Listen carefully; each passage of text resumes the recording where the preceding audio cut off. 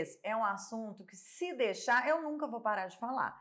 Porque quanto mais a gente conversa sobre isso, mais as situações práticas elas vão vir na nossa mente, né? Então eu imagino sim que da mesma forma que isso está acontecendo para mim, isso está acontecendo para você também. Você começa a fazer paralelos com situações que você vivenciou no seu dia a dia, né? Então vamos buscar entender um pouquinho mais sobre essas peculiaridades da lei, das normas de uma forma geral, para que a gente consiga então avançar nesses raciocínios, que eu quero que você faça isso sozinho, né? Que você comece a fazer esse raciocínio sozinho.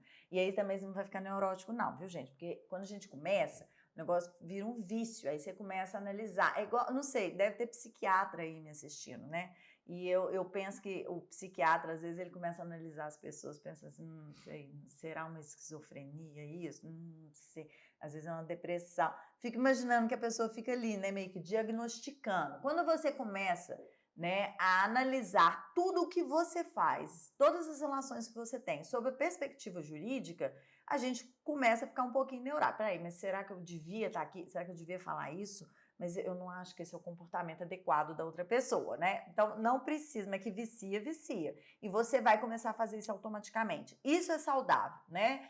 Dar uma parada e pensar, meu Deus, eu não devia estar aqui. Sim, gente, a lei faz isso com a gente. Muitas vezes a lei, esse conhecimento básico aqui, elementar, vai fazer você, às vezes, parar nas situações e falar assim, eu não devia nem estar aqui. Eu não devia estar conversando com essa pessoa. Eu não deveria dizer o que está na minha cabeça, não diga. Na dúvida, não diga, tá? Então, vamos avançar um pouquinho, porque eu falava para vocês, como exemplo de norma escrita, mas que não tenha sido feito pelo Poder Legislativo, aquelas que são feitas pelo Conselho de Medicina, seja o Conselho Federal, sejam os conselhos regionais, tá? Então, eu quero explicar para vocês por que eu parei e falei assim, sim, o Conselho é o Estado, porque muitas vezes os médicos, os profissionais de uma forma geral, eles não têm essa noção. E aí a pessoa fica esperando, né? De um lado, que eu acho que é a maior dor que a gente tem, é ficar esperando do conselho profissional que ele vai cuidar de você, que ele vai te proteger, que ele realmente se preocupa com você. Quando não.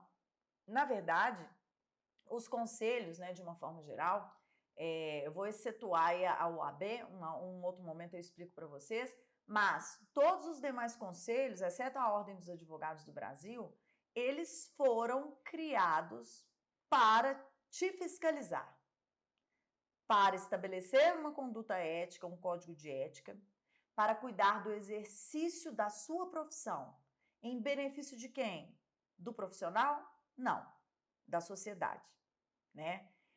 E aí você começa a entender, bom, embora o seu código de ética ele seja inaugurado, primeiro trazendo princípios e depois direitos para você, poucos direitos, né? E esses direitos, então, eles vão te ser noticiados, eles não estão ali no código de ética porque o conselho vai defendê-los para você, não. Nos seus direitos, você pode se socorrer no código de ética e falar assim, olha aqui o que o meu código de ética fala. Respeite o meu direito, né? Mas na hora de exigir que o outro respeite esse direito seu, você vai ver que você está sozinho. Mas, por outro lado, todo o restante do código de ética, que começa, né? É vedado ao médico. A partir daí, tudo que tem ali para baixo é no sentido de dizer para você, olha, tá bom, você se formou em medicina, você se inscreveu aqui, e aí, a partir dessa inscrição é que eu, Estado, te reconheço como médico, tá? Mas você só vai exercer a sua atividade como médico se você observar rigorosamente a conduta que eu estou dizendo aqui embaixo para você, que você tem que fazer, que normalmente é o contrário, né? Ele te diz o que não fazer. Então, com base no que eu não posso fazer, né, eu acabo delimitando minha conduta e descobrindo o que eu posso fazer. Então, é vedado ao médico. A partir daí, parta do princípio, o que eu não posso fazer, eu não farei. E o que não está escrito ali? A princípio, então, é porque pode. Pelo menos é uma, né, prerrogativa que a gente tem. Depois disso se discute. Então, você observa o quê? Você observa que, com o estabelecimento dessas resoluções, né, elas vão aí retratar a função que é trazida. Eu vou até mostrar aqui para vocês o meu Google, tá? Como que eu consulto lei, tá? Então, o Google está muito inteligente, quero mostrar para vocês as fontes de lei que são as mais seguras, né? No meu caso, eu sei o número da lei que instituiu o conselho, mas se você não soubesse, né, você poderia colocar assim, ó, lei do CFM, vai aparecer a lei 3.268, ó, né? Ela foi a primeira consulta nossa aqui, deixa eu aumentar um pouquinho. E aí, o que eu quero mostrar aqui? O dia que essa lei foi feita, nesse dia aqui, ó, que entrou em vigor, né, a Lei 3.268, de 30 de setembro de 1957, o dia que ela foi publicada, nós paramos e falamos assim, olha, tem um Conselho de Medicina agora, né? Antes não tinha? Não, antes não tinha. Antes tinha o decreto que vai fundar, então, em que vai se pautar essa Lei 3.268, né? Então, nós vamos dizer que de 1957, esse movimento começou lá na década de 30, o movimento de instituir o Conselho de Medicina, alguns outros conselhos, né? Aí é que o Estado começa a colocar isso como uma coisa concreta, uma necessidade dele regular. Então, tem umas coisas muito interessantes na própria Lei 3.268 que vão acabar contando um pouquinho dessa história pra gente, né? Por quê? Porque antes de existir a Lei 3.268, né? Enfim, do Estado começar a se preocupar, né, com essa regulamentação, nós tínhamos o quê? Nós tínhamos que médicos eram aqueles que formavam em medicina? Sim, porque a essa altura nós já tínhamos o curso de medicina, né, no Brasil. Mas era também quem? Eram aqueles que, embora não fossem formados no curso de medicina, estavam autorizados pelo Estado, né, até mesmo tacitamente, a praticar determinados atos que visavam o quê? Visavam a cura, o tratamento de pessoas. Quer ver um exemplo? Os barbeiros eram tidos como sangradores. Por que o barbeiro? Porque o barbeiro tinha habilidade com a navalha. Olha que coisa, gente. Olha como a gente morria inocentemente, né, na mão das outras pessoas. Então, como o barbeiro tinha habilidade com navalhas, ele estava habilitado a ser o sangrador. Porque em quer dizer, vocês sabem disso melhor que eu, naquela época, né, em tempos remotos, acreditava-se que uma das formas de se curar determinadas doenças é deixar a pessoa sangrando. Hoje você deixa a pessoa sangrando, ela morre, né, gente? A gente sabe disso, ela vai morrer. Mas aí tinha, obviamente, a medida certa, o tanto certo. Aí o barbeiro ia lá fazer, o seu barbeiro, você que tem tanta habilidade, faz o sangramento aqui. E aí tinha o tratamento através dessa forma, porque muitas vezes não tinha um médico ali, né, gente, disponível. Você imagina se hoje, em nível Brasil, né, em algumas regiões é complexo, né, você levar atendimento médico, imagine naquela época, né, gente? No período imperial, no período colonial. Então, isso tudo vem de uma história. Muito bem, o que eu estou querendo dizer para vocês? No momento em que foi instituído o conselho, a partir da Lei 3.268, o Estado falou assim, agora chega. Quem que vão ser os médicos? Os médicos vão ser aqueles formados em cursos de medicina autorizados pelo Estado, que venham trazer os seus diplomas. Eu não vou sair reconhecendo diploma, não. Você, profissional, tem que trazer o seu diploma para mim. Eu vou reconhecê-lo, então, e vou te dar a sua inscrição. Médico agora, a partir de agora, são só esses, tá? Então, quando você teve instituído esse conselho, aí observe aqui comigo, né?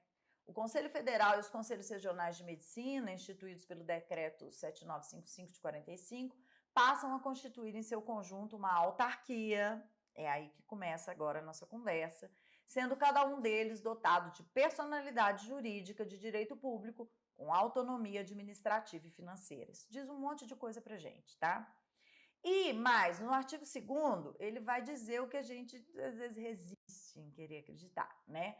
Que o Conselho Federal e os Conselhos Regionais de Medicina são os órgãos supervisores da ética profissional em toda a República e, ao mesmo tempo, julgadores e disciplinadores. Olha só, da classe médica. É para isso que existe o Conselho. Para estabelecer a sua ética, para te fiscalizar, para te julgar em nome dessa disciplina, em favor dos pacientes. Então, os conselhos, todas as profissões que têm conselho profissional, foram criados para quê? Para defender a sociedade dos profissionais no caso de abusos, né, gente? Não é assim, todo médico, a gente está contra o médico, não. É no caso de abuso, no caso de não agir corretamente, conforme que está determinado, certo? Isso é muito importante, e aí eu vou colocar aqui para vocês um slide, tá? Que é o seguinte, né? Eu quero mostrar aqui nesse slide para vocês de onde que surge, então, essa situação, que posição que é essa do Conselho dentro do Estado, tá? Então, nós temos aí, conforme você está vendo no slide, a administração pública, que nós chamamos de administração pública direta, e você está vendo aí no slide, tem uma administração pública indireta. O que isso quer dizer? Imagine você o Estado, né, constituído, como a gente ouve dizer, o Estado tripartido, que é o nosso modelo aqui no Brasil, em que você tem o poder executivo, o poder legislativo e o poder judiciário, certo? Muito bem. Nessas três funções, que são funções típicas de Estado, só o Estado pode exercê-las, nós temos o poder executivo.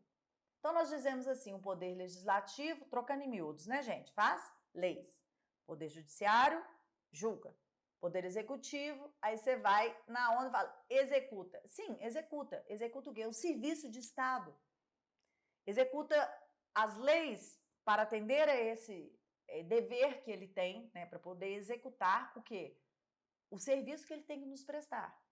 Mas o Poder Executivo, ele tem duas faces. Ele tem essa face executiva e tem a face política. Então, quando você vê o presidente da República, o governador, o prefeito, você está vendo o chefe do Executivo que representa politicamente esse poder. Ele também lá nas relações internacionais, né? Mas, no dia a dia nosso, a gente sente o poder executivo que nós chamamos de administração pública. Então, essa administração pública, direta, como você está vendo aí no slide, ela é uma administração que significa, quando eu digo administração pública direta, eu estou dizendo que o Estado, poder executivo, como administração pública, está prestando serviço diretamente para a gente. Então, ele faz isso exclusivamente naquele serviço em que ele não pode individualizar. Então, por exemplo, segurança nacional. A segurança nacional nos é ofertada de forma, vamos dizer assim, igual o tempo todo e você não vê. Você fala, ah lá, segurança nacional. Você não fala, você não pensa isso. Não é a polícia na rua, né? A PM ostensiva, não.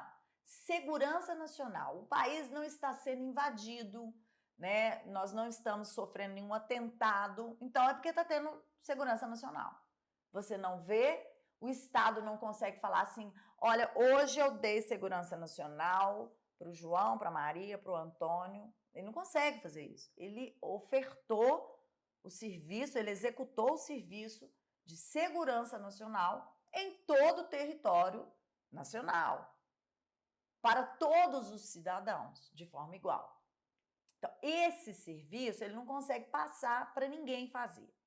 Agora, outros serviços, ele consegue criar administração pública indireta e, através dela, então, ele delega esse serviço para ele. Um dos serviços que ele faz, que é a fiscalização, ele faz por delegação, criando lá na administração pública indireta autarquias, como são os conselhos de medicina. Então, você tem que os ministérios, lá na administração pública direta, você tem basicamente, né, em nível federal, presidência da República e ministérios, tá? Então, tem outros órgãos, mas nós vamos focar nesses dois. Os ministérios, eles, a partir dele, normalmente, né, as autarquias, elas vão ser vinculadas aos ministérios. Então, o ministério decide, fala, ó, estamos precisando criar uma autarquia aí para fazer determinado serviço, né? Então, você vai ter o quê? Que, na verdade, a administração pública direta, ela cria, nos termos do Decreto-Lei 200 de 1967, nós temos as figuras, entes públicos, autarquias, fundações públicas, sociedades de economia mista e empresas públicas. São os 4 entes públicos que vão formar a administração pública indireta. Desses 4, a autarquia é o único que é 100% pessoa jurídica de direito público. Os demais não. Eles têm um misto, cada qual conforme determina o decreto-lei, mas eles têm um misto entre a participação do Estado e da iniciativa privada. Toda a autarquia é criada por uma lei. Então, vou dar um outro exemplo de autarquia para vocês, né? Além do Conselho Federal de Medicina, você tem, por exemplo, a ANS, a Agência Nacional de Saúde, que é uma autarquia muito mais especial do que uma autarquia como é o Conselho. Por quê? Todas as autarquias no nosso sistema jurídico que são criados como agências, só de ser uma agência, a gente já sabe que ela é ultra especial, porque ela vai receber um plus. Eu li aqui na lei para vocês, né, que a autarquia, no caso aqui o Conselho, ele teria autonomia administrativa e financeira. Uma agência, por exemplo, né, que é uma autarquia ultra especial, ela vai ter, além de autonomia financeira, a autonomia administrativa, vai ter autonomia política. Que isso visa o quê, né, gente? Visa, gente, formalmente, né? Porque lá na política mesmo a gente não garante isso não. Mas formalmente é como dizer, olha, nenhum governo, não interessa de esquerda, de direita, não interessa quais sejam, né, as ideologias de um governo, vão interferir no trabalho que é feito por uma agência. Tá? Então, isso foi feito com esse objetivo. Mas voltando às outras autarquias, o INSS é um outro exemplo de autarquia que vocês lidam muito com ele, tá? O que eu quero mostrar aqui para vocês é que é o Estado, na versão administração pública indireta, tá? Então, você vai o quê? Você vai entender que você está se submetendo ao Estado, não é seu sindicato, não é o seu sindicato, não está ali para te proteger. Eventualmente até protege. Por quê? Porque está protegendo a medicina e está protegendo o paciente. Então, via de consequência, muitas vezes o conselho tem que intervir em favor, né, de alguma situação médica para poder, então, garantir que você vai exercer a sua atividade com o primor que ele te exige. Tá? Mas, como eu dizia para vocês, nem sempre o que o conselho estabelece, nem sempre, grande maioria das vezes, mas nem sempre a gente vai encontrar ali a certeza de que a gente deve agir daquela forma. Você mesmo tem os estranhamentos, você mesmo olha às vezes para a norma do conselho e fala, o negócio não está certo, não estou gostando, não está me convencendo que devia ser assim. Ou porque tem um outro princípio, ou porque lá quando você estudou medicina, a doutrina, a ciência em si te dizia para agir de uma forma. Então, isso aí já são indicativos do quê? Dos questionamentos que a gente faz contra a lei. Quando você questiona a lei, eu não estou te aconselhando a desobedecê-la. Estou te aconselhando a questionar. Claro que às vezes você vai precisar, né, ter um respaldo maior, né, um acompanhamento especializado para poder fazer isso.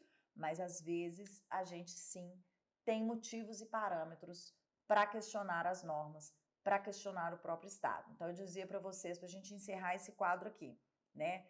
Enquanto cidadãos, nós estamos submetidos às leis, mas nós somos os primeiros a termos que ter muito cuidado contra o próprio Estado. Todos os princípios da Constituição Federal, né, a Constituição Federal de 1988, ela fez uma inversão na sua ordem, considerando as constituições anteriores, no sentido de colocar primeiro o cidadão dessa vez para ser tratado e depois as outras questões, querendo valorizar os nossos direitos individuais e fundamentais e como se quisesse dizer, e em muito ele conseguiu dizer assim, aqui ó, defenda os seus direitos. E nós, portanto, temos que defender os nossos direitos contra o próprio Estado, porque o maior risco nosso em relação à lei é que o Estado use a lei para abusar de nós. Por isso existe a Constituição Federal, porque com base no que está ali e naqueles princípios, a gente se norteia e fala, isso não está certo. Isso aí fere a dignidade da pessoa humana. Gente, mas isso não é uma ofensa ao direito de propriedade? Gente, mas isso não é o meu direito de trabalho que eu tenho, garantido pela Constituição? E aí a gente vai se norteando para quê? Para lutar, às vezes, contra as próprias leis. Mas isso é um outro capítulo que a gente vai tratar. Eu espero vocês no próximo quadro.